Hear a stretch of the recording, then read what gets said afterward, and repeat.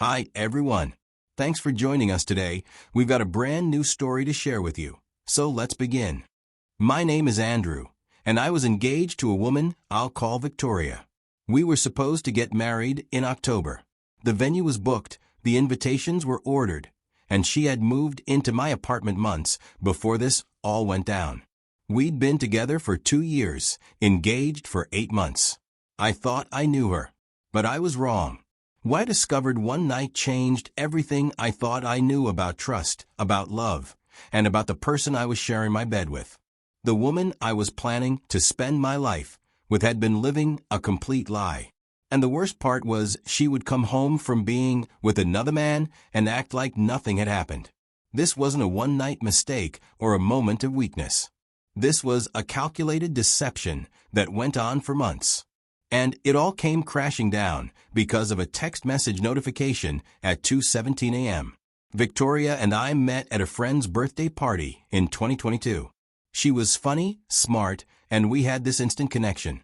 She worked as HR at a tech company, and I'm a project manager at a construction firm. We dated for about a year and a half before I proposed. I took her to the same restaurant where we had our first date and asked her there. She cried, said yes. I had a friend take photos of us while this was going on, and she posted them all over social media. Her friends were excited, and my family loved her. Everything seemed perfect. When we decided she'd move in with me in November, it made financial sense. We were getting married anyway, and her lease was up. She brought her furniture, her plants, her entire life into my apartment. We started sharing everything, including the whole domestic thing. I remember she once mentioned she had a childhood friend called Marcus. According to Victoria, they'd known each other since middle school, but had lost touch for years until they reconnected on Facebook a few months after we got engaged. He had seen the photos of our engagement online and had decided to reach out to her. After they reconnected, she'd mention him casually in our conversations. At first, I didn't think much of it. I have female friends I text with occasionally. Back then, I didn't see this as a red flag or anything. As we draw closer to the month of our wedding, she started having girls' nights out more frequently. She claimed she wanted to spend time with her single friends before she became officially married. They would pick Thursday nights, which I thought was weird timing, but she explained that her girlfriends preferred weeknights because weekends were too crowded at bars. I trusted her completely. We were engaged. We were planning a future together. Why would I doubt her? Looking back, there were other signs I missed after she moved in with me. But here's the thing about trust. When you really trust someone, you explain away all the weird behavior. You give them the benefit of the doubt. You tell yourself you're being paranoid or controlling if you question them. I was working extra hours in January and February, picking up overtime to pay for wedding expenses. Victoria was handling most of the wedding planning, which I was grateful for. I'd come home exhausted, and she'd have dinner ready or would order takeout. We'd watch TV, talk about our days, and make plans for the weekend. It all felt so normal. The irony is that during this time, when I thought we were closer than ever, she was living this entire secret life that I knew nothing about. One Thursday night, I didn't stay overtime at the workplace, and as soon as I came home, Victoria told me she was tired from finishing up work emails. I was relieved that she would be free to spend time with me tonight. We'd been like ships passing in the night lately with my overtime. We ordered Chinese food and ate it on the couch while watching a true crime documentary on Netflix.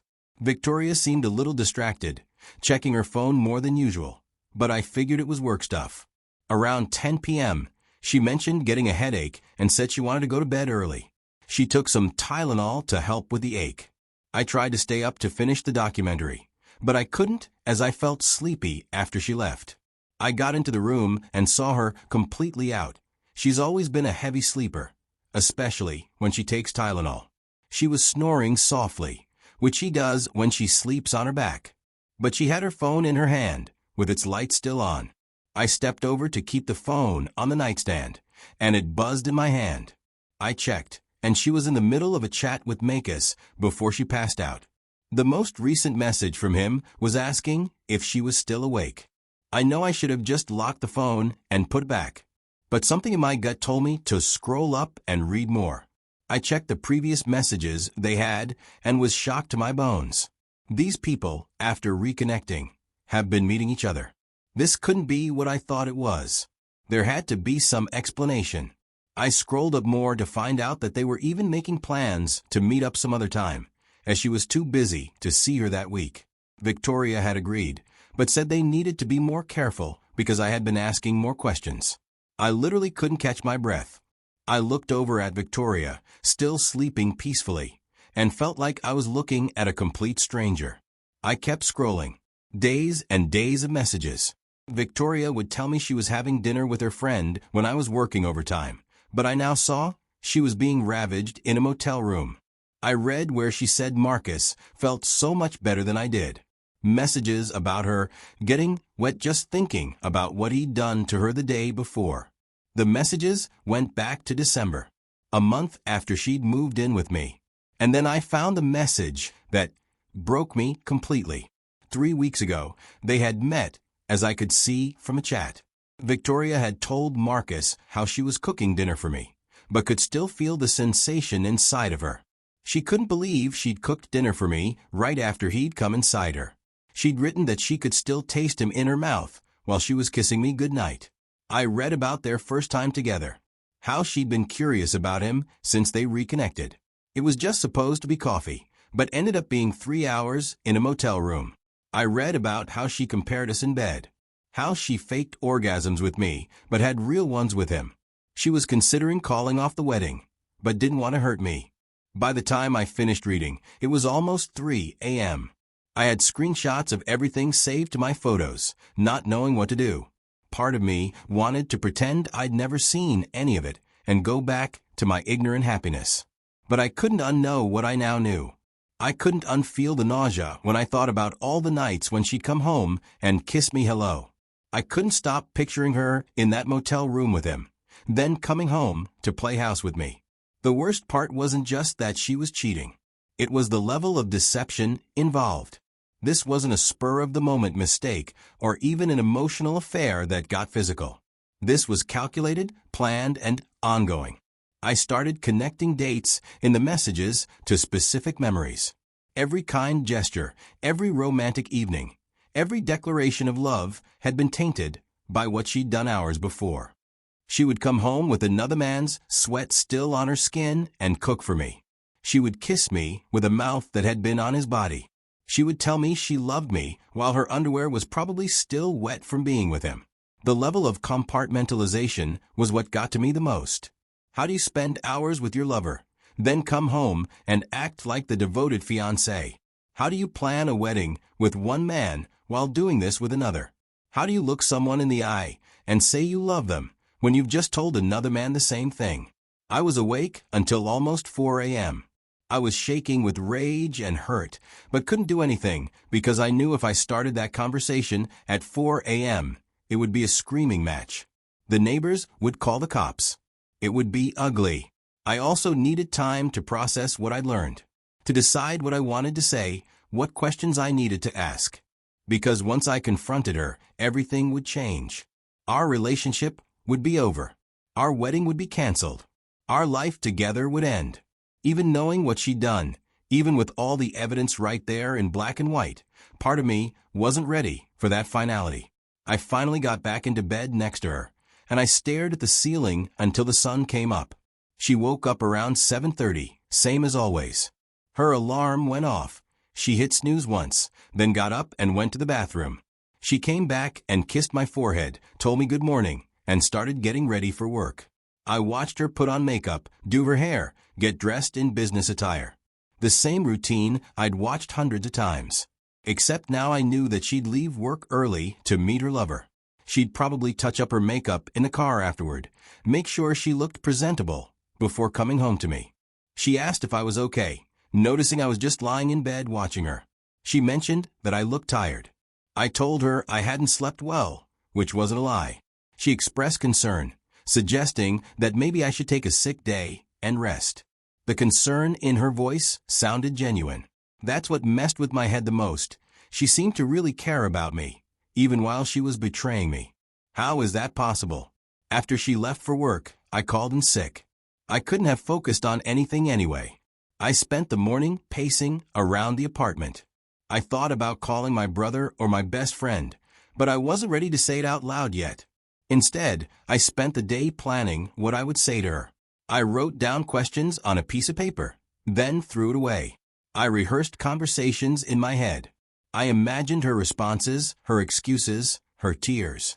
By the time she came home that evening, I decided I had to confront her.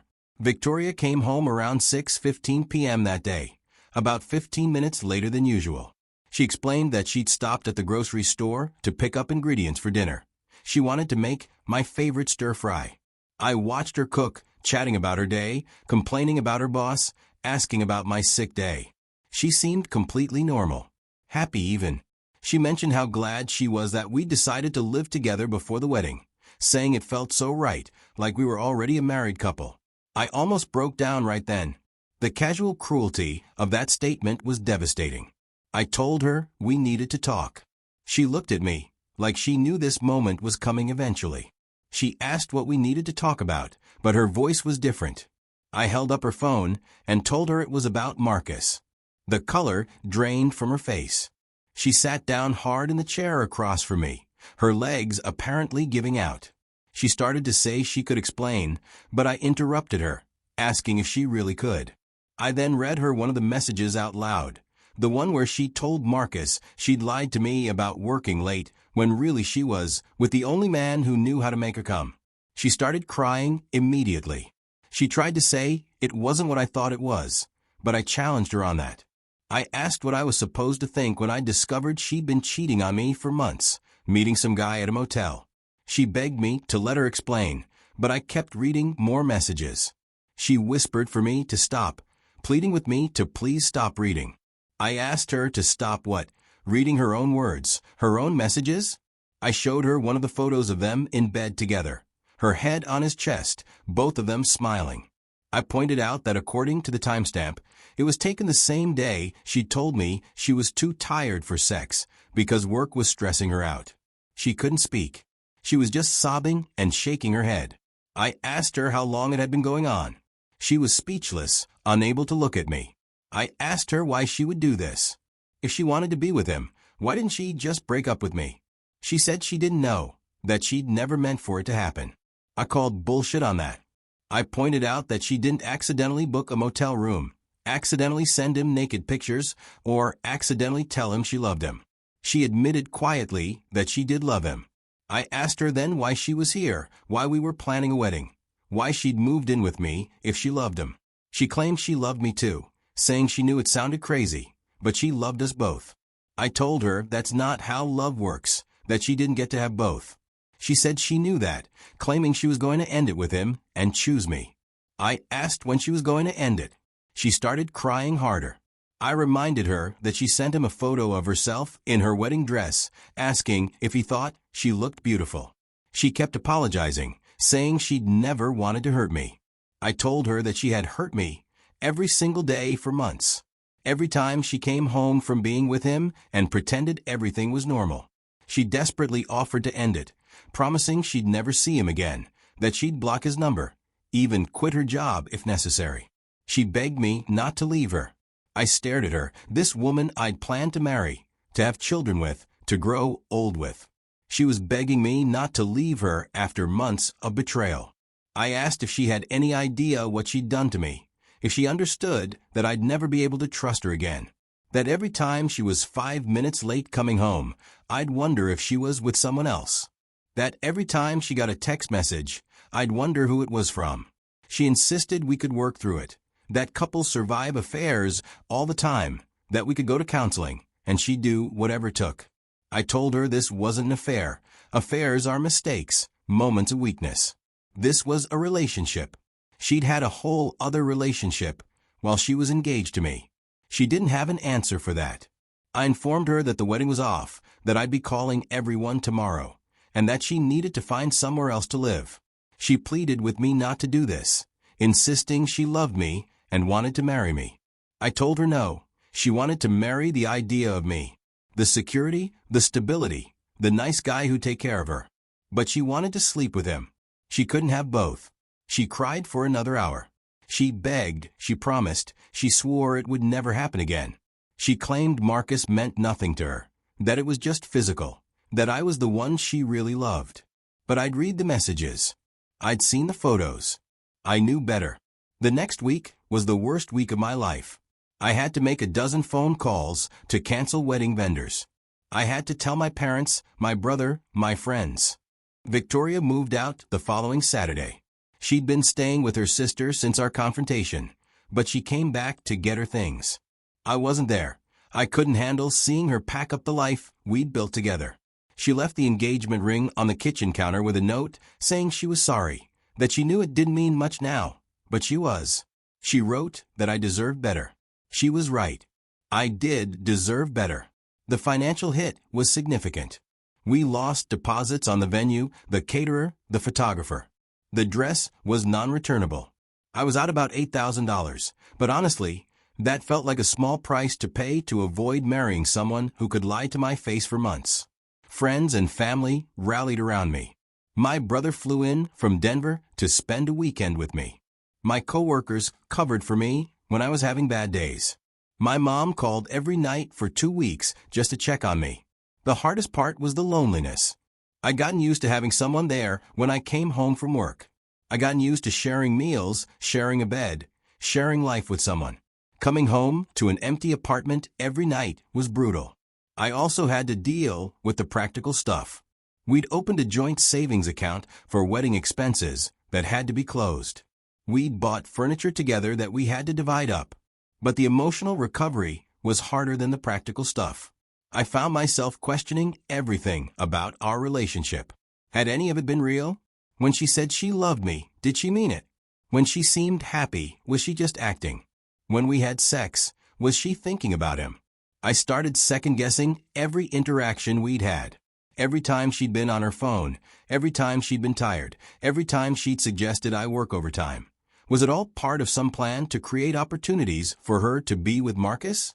I also struggled with self-doubt. What was wrong with me that she needed someone else? Why wasn't I enough? Was I boring? Bad in bed? Not exciting enough? It took months of therapy to realize that her cheating wasn't about me. It was about her. About her inability to be honest, her selfishness, her cowardice in not ending our relationship when she developed feelings for someone else. I heard through mutual friends that she and Marcus dated for a few months after she moved out, but it didn't last. Apparently, the excitement wore off once they didn't have to sneak around anymore. She tried to reach out to me a few times, texts, emails, even showing up at my workplace once, but I'd blocked her on everything and told security not to let her in. I wasn't interested in closure or friendship or forgiveness. I just wanted her out of my life completely. It's been 6 months now. I still have bad days. But overall, I'm grateful. Grateful that I found out before the wedding. Grateful that I didn't waste years of my life with someone who could deceive me so completely. Grateful that I learned what real betrayal feels like, because now I know what real trust should feel like too. Looking back, there were signs I missed. Victoria was good at covering her tracks, but subtle changes in her behavior that I explained away because I trusted her. The increased phone privacy was a big one. Her sex drive changed too. We went from being intimate 3 or 4 times a week to maybe once a week, always initiated by me. When we did have one, she seemed distracted, like she was going through the motions. I thought it was wedding stress or work pressure. But here's what I learned. Trust your gut. When something feels off, when patterns change, when your partner becomes secretive, pay attention. It doesn't mean you should become paranoid or controlling, but you should be aware. I also learned that some people are capable of compartmentalizing in ways that seem impossible. Victoria genuinely seemed to love me, even while she was betraying me. She could plan our wedding during the day and plan her affair in the afternoon. She could kiss me goodnight and mean it, even though she'd been with another man hours earlier. That kind of cognitive dissonance is hard to understand if you're not capable of it yourself. I couldn't imagine living that kind of double life, so I never suspected she was doing it. The biggest lesson, though, is about self-worth. For months after the breakup, I blamed myself. I thought if I'd been a better boyfriend, a more attentive partner, a more exciting lover, she wouldn't have cheated. But that's not how it works. People cheat because they choose to cheat. Not because their partner is inadequate, but because they lack the integrity to either work on their relationship or end it honestly. Victoria could have talked to me about whatever she was missing in our relationship. She could have suggested counseling. She could have broken up with me if she wasn't happy. Instead, she chose deception and betrayal. That choice says everything about her character and nothing about my worth as a partner. I'm also grateful that this happened when it did. If I'd found out after we were married, especially if we'd had kids, the damage would have been so much worse. Divorce is messier than a broken engagement. Child custody is more complicated than dividing up furniture. As much as it hurt to discover her affair when I did, the timing could have been much worse. If you're watching this and you recognize yourself in Victoria's behavior, if you're living a double life, if you're cheating on your partner while planning a future with them, please just stop. End the affair or end the relationship, but don't do what Victoria did. The person you're deceiving doesn't deserve it, no matter what problems you think exist in your relationship. They deserve honesty. They deserve the chance to work on the relationship or to find someone who will be faithful to them. If you're watching this and you recognize yourself in my situation, if something feels off in your relationship, if your partner's behavior has changed, if your gut is telling you something is wrong, trust yourself. You don't have to go through their phone or hire a private investigator, but you can have an honest conversation about your concerns. And if the worst happens, if you discover that your partner has been unfaithful, know that it's not your fault. It's not about what you did or didn't do. It's about their choices and their character. You will get through it. You will trust again. You will love again. It will hurt like hell for a while, but you will survive it. Thanks for watching, and remember, you deserve someone who chooses you every single day, not just when it's convenient for them.